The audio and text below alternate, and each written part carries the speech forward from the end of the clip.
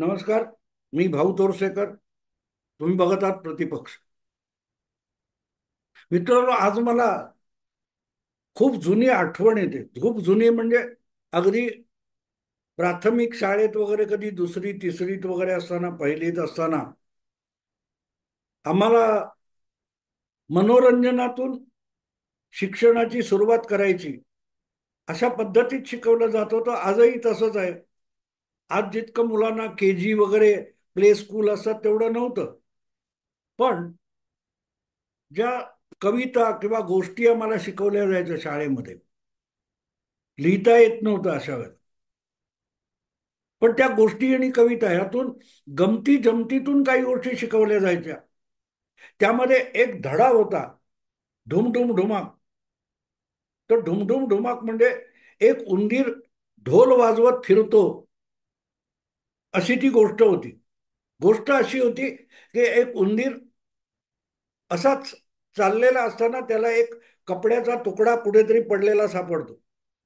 आणि म्हणून तो उंदीर हा एका धोब्याकडे जातो आणि म्हणतो, धोबी काका, धोबी काका, मला एवढं कापड जरा धुवून द्या. धोबी बुचकळतो, काय दोन पाण्यातून काढतो आणि तो, घे, सुकलं की घेऊन जा. मग तो सुकलेला कपडाचा तुकडा घेऊन उंदीर एका शिंप्याकडे जातो आणि शिंप्याला सांगतो, याची मला छानपैकी टोपी शिवून दे. शिंपी म्हणतो, एवढासा उंदीर, त्याची टोपी काय. शिंपी देतो त्याला.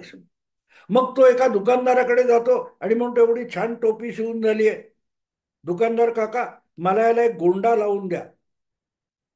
दुकानदार लावून देतो.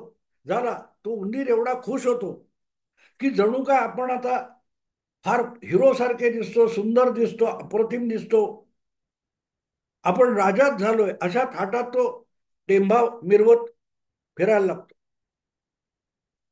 पण तेवढ्याने भागत नाही, चार लोकांचं लक्ष गेलं पाहिजे म्हणून तो उंदीर बोंबलत फिरायला लागतो की अरे, माझी टोपी काय आहे. या टोपी समोर राजाचा मुकुट सुद्धा फडतूस आहे, इतका मी अप्रतिम टोपी वापरतो. राजाला सुद्धा माझ्या टोपीचा हेवा वाटतो. असं बोंबलत तो गावभर फिरायला लागल्यावर हळूहळू ही गोष्ट राजाच्या कानावर येते आणि राजा अस्वस्थ होतोय, काय खोळेपणा चालू आहे.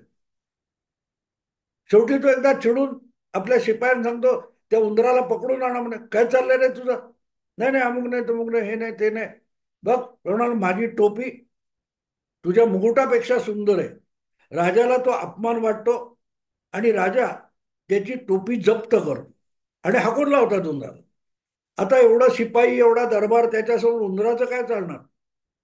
शेपूट आत घालून उंदीर दरबारातून बाहेर पडतो आणि विचार करायला लागतो, करायचं काय. लढणं तर आपल्याला शक्य नाही.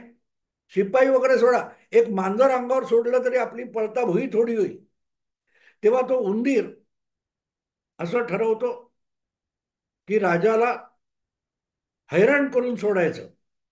आणि म्हणून तो एक छोटा ढोल विकत घेतो आणि ढोल बडवत गावभर फिरायला लागतो. ढुम ढुम ढुमाक, ढुम ढुम ढुमाक, असा त्या ढोलामधून आवाज येतो आणि म्हणून त्या कथेचं नाव ढुम ढुम ढुमाक.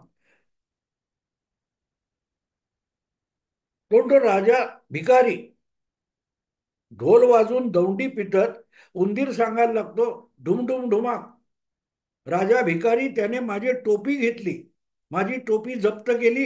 कारण राजाकडे सगळं असलं तरी माझ्या इतकी सुंदर टोपी नव्हती. ती बनवण्याची आणि विकत घेण्याची क्षमता नाही, म्हणून राजाने माझी टोपी जप्त केली. असा हा ढोल पिटत ढुमढुम ढुमाक म्हणत उंदीर गावभर फिरायला लागतो. शेवटी राजा वैतागतो. एवढं काय त्या भिकारड्याची टोपी, ती टुकार टोपी, बोलवा त्याला आणि देऊन टाका टोपी. आता ती टोपी परत दिल्यानंतर हा शेफारलेला उंदीर तेवढ्यावर शांत बसत नाही. त्याला वाटतं आपला केवढा, आपण राजाला पण हरवलं. आणि म्हणून तो परत ढोल वाजवत फिरायला लागतो.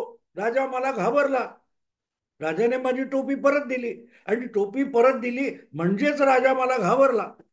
डुम डुम डुमा. आता अशा माणसासमोर, अशा उंदरासमोर राजाने करायचं काय, याचं उत्तर मला द्या.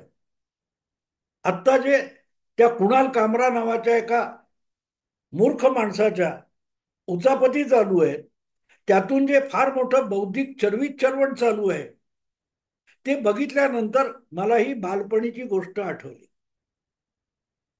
अशा खूप गोष्टी सांगता येतील ज्याच्यातून शोध घ्यायचा नसतो तर बोध घ्यायचा असतो. एवढी ज्याला अक्कल नसते त्याला आजकाल बुद्धिमंत म्हणतात. आता ही गोष्ट खरी आहे का, मग तो उंदीर कुठचा, ते गाव कुठलं, असे तपशील पुरावे मागणारे जे संपादक असतात दिवटे, त्यांच्याकडे दुर्लक्ष करणंच शहाणपणा असतं. तर अशी ही ढुमढुम ढुमाकची गोष्ट हे आधुनिक युगात सुरू झालेली आहे. आणि तो जो उंदीर होता त्याची वंशावळ पुढे वाढत वाढत वाढत 21व्या शतकात त्या वंशावळीत जन्माला आलेल्याला पत्रकार म्हणायची फॅशन तयार झाली. ढुमढुम ढुमाक, आणि तोंडाला येईल ते बरळायचं. ढुमढुम ढुमाक. हे मी एवढ्यासाठी सांगतोय की राजा घाबरला नव्हता किंवा राजा त्याच्या टोपीवर जळत सुद्धा नव्हता, हेवा करत नव्हता. पण ती जी मानसिकता असते ती समस्या असते. आणि अशा लोकांना समजावणं अवघड असतं. यांना एक तर चिरडून टाकावं लागतं. ही जगातली वस्तुस्थिती आहे.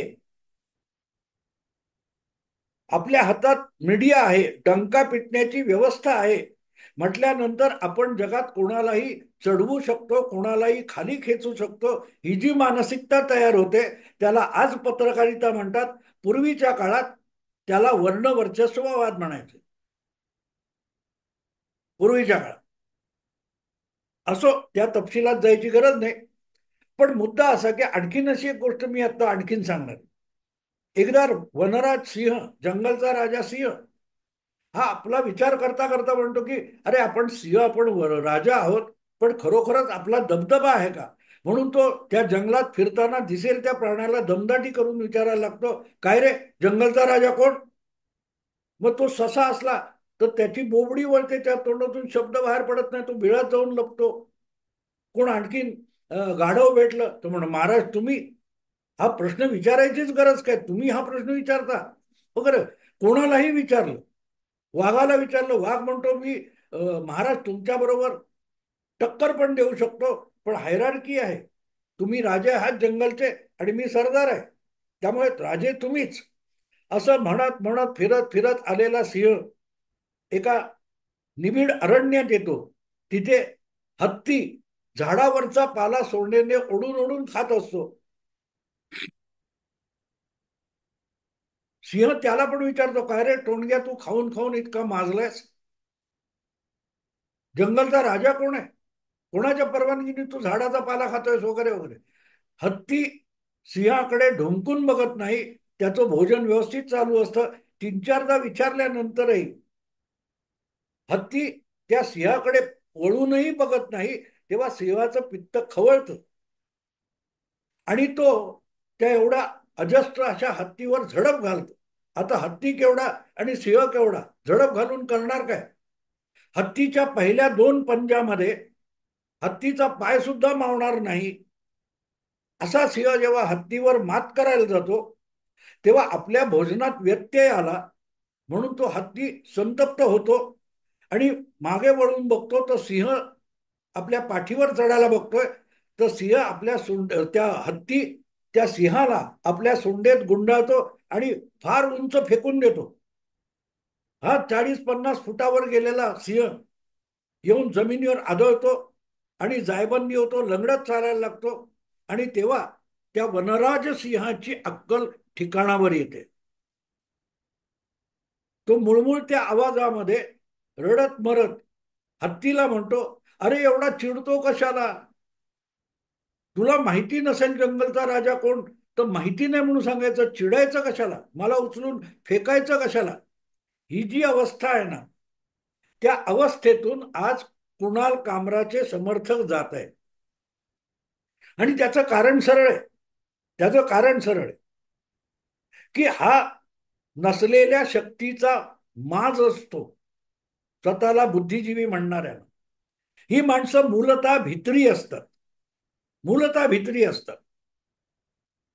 आणि त्यामुळे ते एकत्र बसून मोठमोठे निर्णय, धाडसी निर्णय, साहसी निर्णय घेतात. अशीच एक गोष्ट तुम्हाला माहित आहे ना, पिढ्यानुपिढ्या चालत आलेली. उंदराची शिकार मांजर करतं हे आपण ऐकलेलं आहे.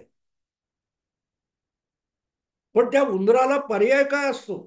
म्हणून एकदा सगळे उंदीर एकत्र येऊन एक मिटिंग घेतात आणि मांजराचा बंदोबस्त कसा करायचा यावर खूप गहन चर्चा करतात, तावातावाने चर्चा करतात. आणि एक सोपा उपाय शोधला जातो. सोपा उपाय, धोरण ठरवलं जातं, रणनीती ठरवली जाते मांजराला धडा शिकवण्याची. आणि रणनीती काय? तर मांजर दबल्या पावलाने येते, त्यामुळे आपल्यावर झडप घालण्याआधी मांजर येतंय याचा आपल्याला सुगावा लागत नाही, कारण त्याच्या पावलांचा आवाजच येत नाही. पण मांजराच्या गळ्यात घंटा बांधली आणि त्या घंटेमुळे आपल्याला आवाज आला तर आपण सावध होऊ. मांजर आलं, त्याच्या पायाचा आवाज येणार नाही, पण गळ्यात बांधलेल्या घंटेचा आवाज येईल. आणि त्यामुळे सावध झालेले आपण उंदीर मांजरापासून आपला जीव वाचवू शकतो या निर्णयापर सगळी मिटिंग येते आणि कार्यक्रम ठरतो, निर्णय घेतला जातो की बस प्रॉब्लेम सुटला. मांजराच्या गळ्यात घंटा बांधायची. पण ती पुढचा टप्पा जो असतो, ठरवणं सगळं ठीक असतं, अंमलात आणणं वेगळं असतं. अंमलात आणणं वेगळं असतं. तेव्हा घंटा बांधायची कशी मांजराच्या गळ्यात आणि बांधायची कुणी, हा जेव्हा विषय पटलावर येतो तेव्हा एकही उंदीर पुढे येत नाही किंवा मग मी बांधतो घंटा, किंवा अशी घंटा मांजराच्या गळ्यात बांधता येईल हे कोणीही सांगू शकत नाही. आणि मिटिंगवर मिटिंगा चालू आहेत, अनेक पिढ्या झाल्या, अनेक शतकं उलटून गेली, पण अजूनही मांजराच्या गळ्यात घंटा कशी बांधायची याचा शोध उंदरांना लागलेला नाही. आणि मांजराच्या गळ्यात घंटा बांधणारा उंदीर जन्माला आलेला नाही. पण गर्जना मात्र आपले आपले सगळे जमले उंदीर की एकत्र येऊन ठरवतात की यंदा काहीही करू, पण मांजराच्या गळ्यात घंटा बांधायची. आणि अजूनपर्यंत कुठल्याही मांजराच्या गळ्यात घंटा बांधली गेलेली नाही. कुणाल कामरा प्रकरण हे तसंच आहे. हा तथाकथित बौद्धिक किंवा अभिव्यक्ती स्वातंत्र्याचं जे नाटक आहे ना, हे पिढ्यानुपिढ्या युगानुयुगे चालू आहे. पण हे करणारे लोक एक विचारतात की जोपर्यंत सबळ शक्तिशाली माणूस हा आपल्या आविष्कार स्वातंत्र्यावर घाला घालत नाही तोपर्यंतच आपलं स्वातंत्र्य अबाधित असतं.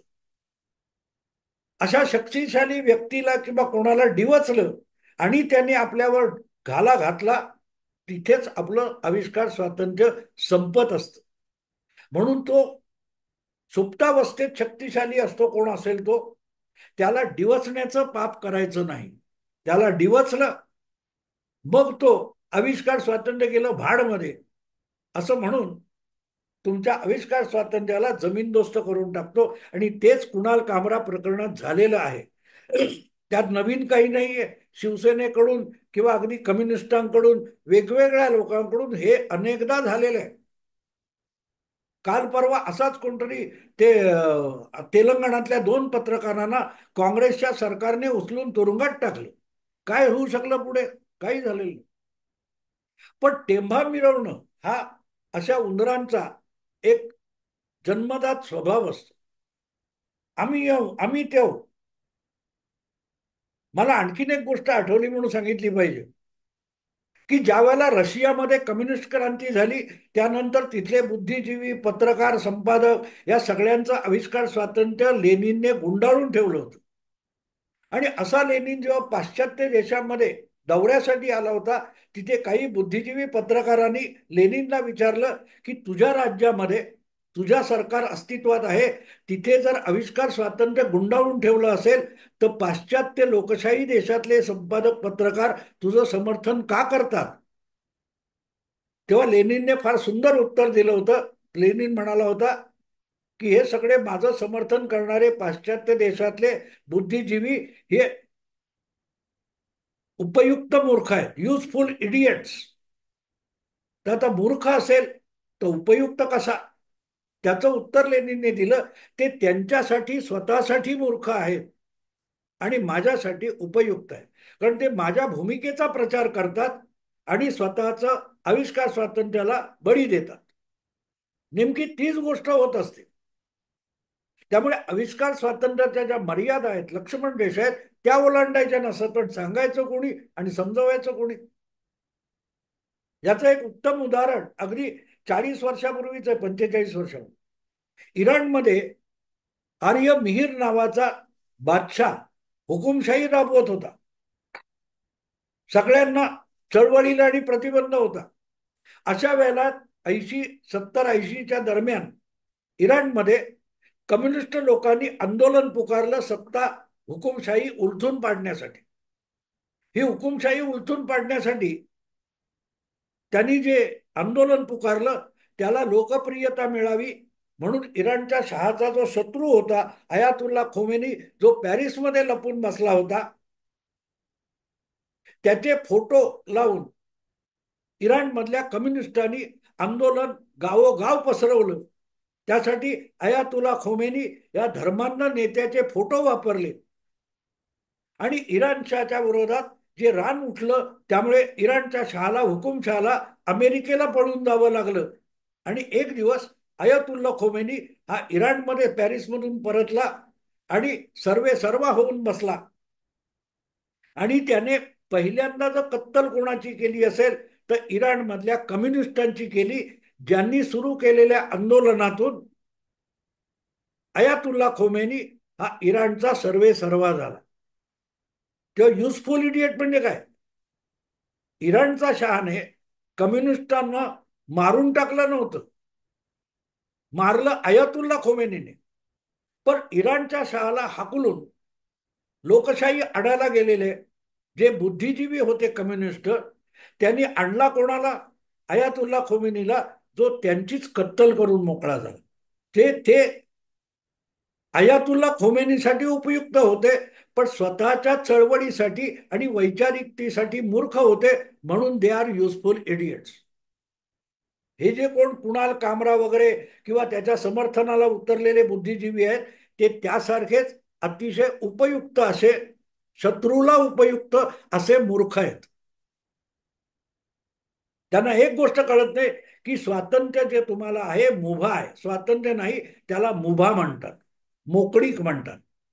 तुम्हाला जी मोकळीक दिली त्या मोकळीकीच्या मर्यादेमध्ये तुम्ही राहिलात तर तुमचा आवाज चिरडून काढायला कोणी पुढे येत नाही. जो तुम्हाला चिरडून टाकू शकतो तो सुप्तावस्थेत असेल तर त्याला जागवण्याचा मूर्खपणा करू नये. आणि नेमकी तीच गोष्ट कुणाल कामराच्या निमित्ताने परत एकदा ऐरणीवर आलेली आहे. आम्ही मनमानी करू, ठीक आहे, मग आम्ही मनमानी करू, समोरचाही मनमानी करायला लागेल. तुम्ही तुमच्या स्वातंत्र्याची मर्यादा सरकवत जाल तसाच समोरचा जो आहे तोही त्याच्या अधिकाराची मर्यादा वाढवत जाईल. आम्ही सांगू ते संविधान असं जर तुम्हाला म्हणायचं असेल तर सत्तेत बसलेला जो असतो तो पण त्याला पाहिजे तीच संविधानाची व्याख्या आणि व्याप्ती करत जातो. कायदा तुम्हाला संरक्षण देतो तसा त्यांना अधिकार देत असतो. तेव्हा तुम्ही एकमेकावर कुरघोडी करायची नाही, इतका सामंजस्य आणि समन्वय दाखवला तर लोकशाही गुण्या गोविंदाने नांदत असते, आविष्कार स्वातंत्र्य गुण्या गोविंदाने नांदत असतं. अन्यथा आविष्कार स्वातंत्र्याचा अतिरेक त्या स्वातंत्र्याचा अजीर्ण करतो आणि अपचनाची उलटी सुरू होते.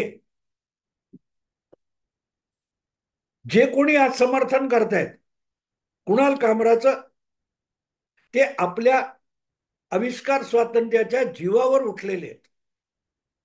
कारण कुठेतरी त्या स्वातंत्र्याला थांबवावं लागतं. एक कोणाचं मी वाचलं होतं की पोपट आणि मांजर या दोघांना एकाच वेळेला स्वातंत्र्य देता येत नाही. एकाला पिंजऱ्यात ठेवून दुसऱ्याला बाहेर काढायला लागतं.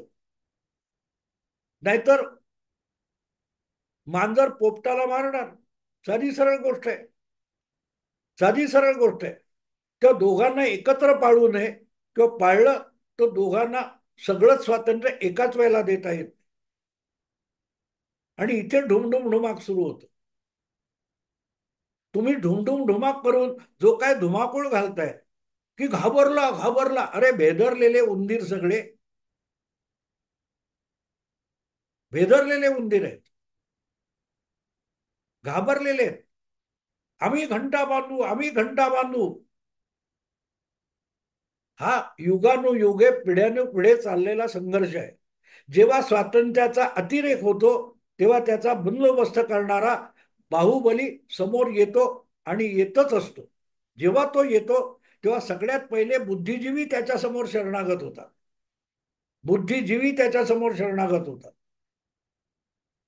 तेव्हा ते विसरून जातात की आपण कुठल्या स्वातंत्र्याचा आग्रह धरत होतो. सगळ्यात पहिले असं म्हणतात ना, क्रांती आपल्याच पिल्लांचा बळी घेते. किंवा क्रांती जे मी इराणचं उदाहरण दिलं, नेमकी तीच गोष्ट यांच्या बाबतीत आहे. हे सगळ्यात पहिले जे आज आविष्कार स्वातंत्र्य म्हणून बोलतात, हे इंदिरा गांधींनी 50 वर्षापूर्वी सिद्ध केलं. आणीबाणीमध्ये जेव्हा आविष्कार स्वातंत्र्य बंद करण्यात आलं, रद्द करण्यात आलं, तेव्हा सगळेच्या सगळे संपादक शरण गेले होते आणि इंदिराजींनी तेव्हा वक्तव्य केलं होतं, अरे मी वाकायला सांगितलं होतं, हे गुडघे टेकून रांगायला लागले. ही यांची क्षमता असते. असो मित्रांनो, हे भेदरलेले उंदीर प्रत्येक युगामध्ये प्रत्येक पिढीमध्ये असतात आणि ते मोठ्या आवेशात बोलत असतात. यावेळेला तर मांजराच्या गळ्यात घंटा बांधणारच. पण असे हजारो लाखो उंदीर मांजराकडून मारले गेले आणि हा संघर्ष चालूच राहतो. असो, आत्ता इथेच थांबतो. आवडलं लाईक करा, शेअर करा आणि प्रतिपक्षाला सबस्क्राईब करा. नमस्कार.